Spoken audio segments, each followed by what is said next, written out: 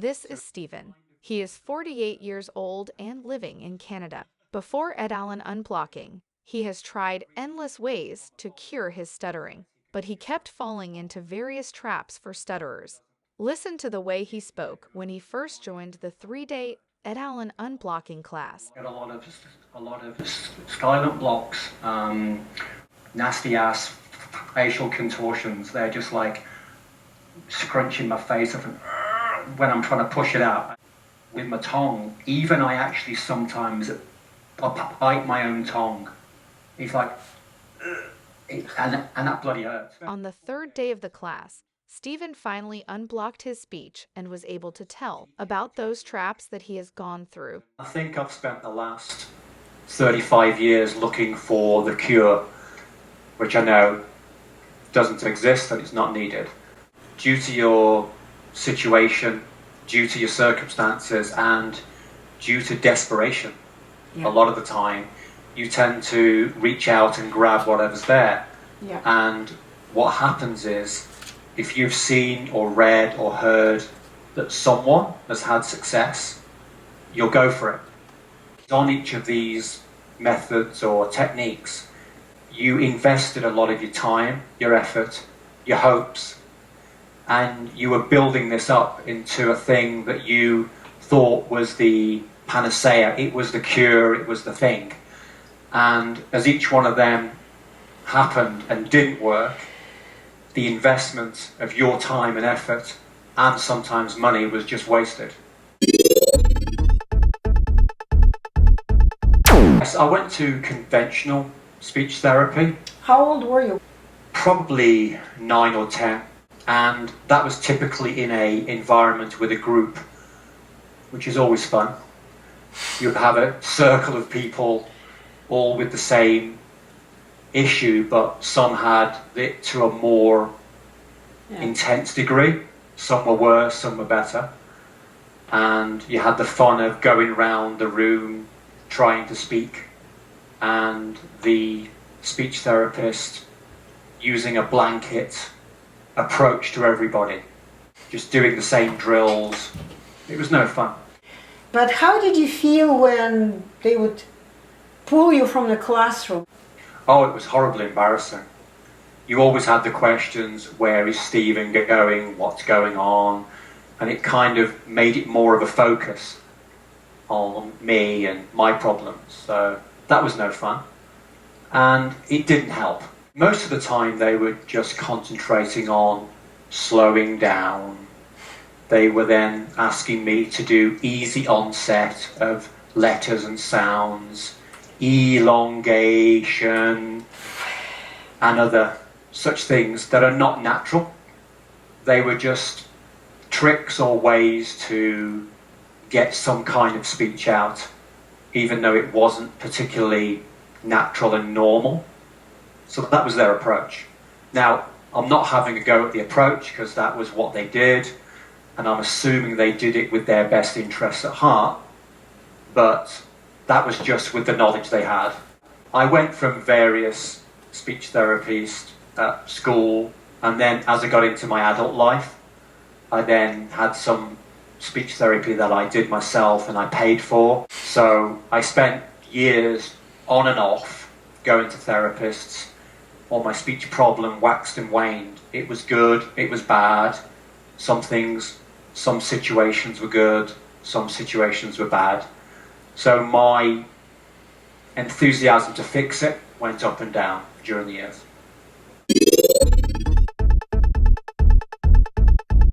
Well, after the regular conventional speech therapy, I then went down the alternative routes. First one was a course run by Andrew Bell in Kirkcaldy in Scotland. I've heard so many good things about him. That was probably 1995, November. I went on a course there, and it was worrying when Andrew Bell put himself out as being a fluent speaker and he's cured himself, but then the very first time I met him, he was stammering. So it's kind of not a good advert for the technique. It's like purchasing a cream from a bald man who says he can cure boldness. It just doesn't work. I spent 4 days in Scotland on the course with him. He was teaching a technique that was a non-natural technique. Well, the technique was mainly easy onset and elongation, but wrapped up in a mysterious package that he was selling. I had about 2 or 3 months where I felt better, but then during the course of that time, the technique didn't hold up to any scrutiny. It didn't hold up to stress because it was a technique. It was a crutch. So after the Andrew Bell experiment, I then did I like that experiment. I did some hypnotherapy. So I went to see a hypnotist. I was trying everything at that point. It was whatever the latest thing was, I tried it. So I went to see a lady who got me very relaxed, and I was very calm. And during that session, I was speaking great. But then, once you got out of the relaxation and the environment, bang, back to normal. You pick up the phone, you had issues.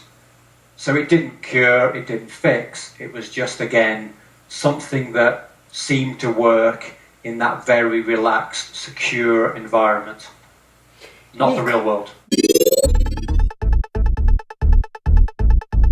I then did the Maguire program. I did that a number of times. The first time... Really? Even several times? Did you have to pay several times? I paid the first time, and then on the second or the third time, you just paid a coach fee. It was a smaller amount. But you still paid? But you still made a payment. And with how many people were in the group? I think there was about 30 odd people, at least.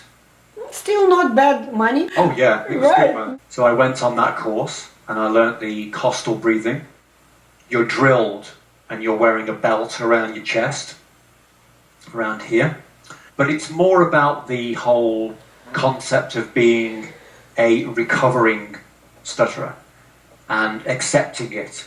Because the only way you can help yourself is by accepting it, embracing it, and telling everyone, hey, I'm a stutterer, and then you become more relaxed. It was to break down the fear and to make other people aware.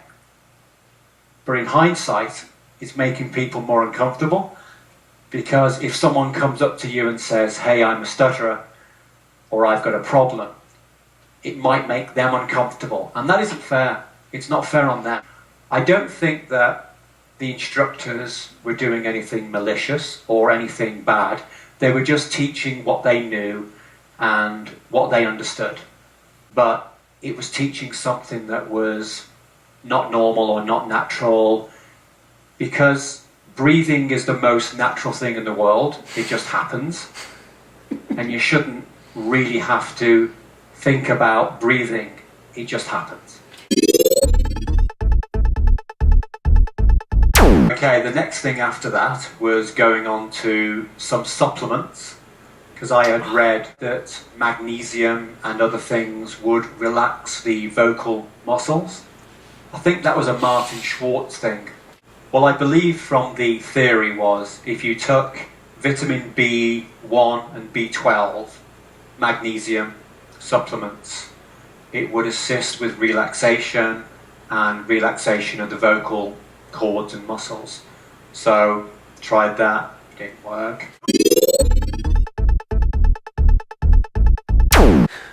The next thing was I went to see a gentleman down in Los Angeles.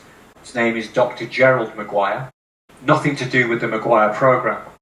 He was working on the pharmacological way of treating speech. At that time, he was doing research and the studying of a drug called Pagaclone, which hadn't been released, and they were doing clinical trials on that drug, and they had people involved with the trials, and it gave some helped to some people, but ultimately the drug wasn't released because he himself was a stutterer.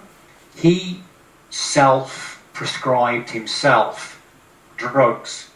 He was on a drug called Zyprexa, which is known as olanzapine, which is an antipsychotic drug. Oh my God.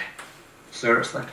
He theorized the issue was with regards to the person's levels of dopamine and serotonin in the brain. So he used those kind of drugs to regulate the balance. I then decided to take advantage of taking these drugs, and probably within a week of taking them, I was not blocking. My speech issues were probably 90% fixed. I was very relaxed. In fact, I was comatose. I was very relaxed. I was a zombie. Of course. So I was speaking well, but I was speaking very slowly and relaxed. I was drugged. And the other side effects to taking these drugs are weight gain, drowsiness, potential issues for diabetes. So for a period of time I was taking these drugs, I was getting regular blood tests, checking that my levels were as they should be. I did this for 6 months, put on 30 pounds, and then had to wean off those because I was not a happy bunny. Oh my God. So you did your best to contribute to Big Pharma. Yeah, I was a guinea pig. Yeah. And so are the rest of almost 70 million people in the world. Yeah. There was another one. It was Neuro Repatterning. I got from this gentleman, and I can't remember his name, but he was very helpful. He did not charge me. He sent me the book for free. And he had helped himself, as per usual. And I spoke to him, and he was very pleasant. We exchanged emails. He sent me the book. And it was spending about 1 hour per day drilling sounds, drilling certain words and sounds, and bang, bang, bang, bang, bang, for about an hour a day, which again is an investment of time. It's an hour I won't get back. So I spent 3 months drilling every day, an hour, sometimes 2 hours a day. And there was a benefit. I was getting a decent level of fluency. But then if you stopped practicing for any period of time, the benefits just went straight away.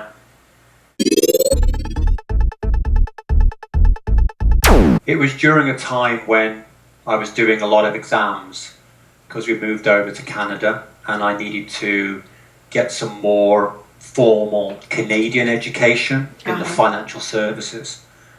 And I felt it would be beneficial because the books, big thick books, lots of them. I did a speed reading course where it just taught you to look at certain words within a line, within a paragraph, so you could pick up the main gist of what was being said. So instead of reading every single word in the line in a sequential order, you were skip reading words so you could pick up what was being said. And I think that maybe had a detrimental effect as well, because you're not looking and thinking in a sequential order all of the words. You were picking select words. NLP, which is neuro-linguistic programming. They encourage you to get relaxed and into an ideal state where you felt comfortable to speak and to act. You would anchor that state of mind generally with your finger and thumb or some physical action. And that action was then linked to the ideal state. So you had a mental state and an associated physical condition. So the theory behind it was you got yourself into this mental state of calmness and readiness, but it was associated with something you could feel. So if at a time of stress or initiation of speech, you would then go back to that anchor, you would then recreate the physical movement, which would then spark off the mental state of being calm. Maybe an external person, they would touch you on the shoulder, so there was a touch. But if you're doing it yourself, there would be the touching of your fingers. The anchor would then take you back to that state. That was the theory. Now with your knowledge, what are you supposed to feel? Your fingers, your tap of your shoulder, or Your tongue. Because that's the only thing that is used when you're speaking. you've been through tons of programs. Yeah. How can you compare all of the other programs and the 3-day Etalon study course? I can honestly say there's really no comparison, because with all of the other methods and treatments and practices, they were really giving you an artificial way of doing things. It wasn't natural. It was a crutch. It was a technique. It was a temporary fix. It wasn't educating you on how to do something right. It was more piling something else onto something you're already doing wrong. So it was just building on wrong methods. With the Etalon way of doing things, you're taught the correct way to speak. It's rational. It's what regular everyday folk do. It's not a crutch. It's not an artificial thing. It's nothing that people are going to look at you and think, why is he doing that? It's just normal, rational speech. That's the difference. I'd spent 48 years looking for this panacea, this ultimate solution, which didn't exist until now. I have managed to gain control over my speech, and I can now produce regular, normal, rational speech after 3 days rather than 48 years. In fact, I could do it after 1 day, if I'm being honest. But the second and the third day just built on, it added to, it strengthened my knowledge of the correct way to speech. It was just one thing I wanted to say was a huge thank you from me. I think this is going to make a massive difference in my life and in everyone else's life around me. My wife also wanted to thank you because she's got her husband back. So thank you. Wow, she's got her husband back. I like that. So that's my thank you. Thank you.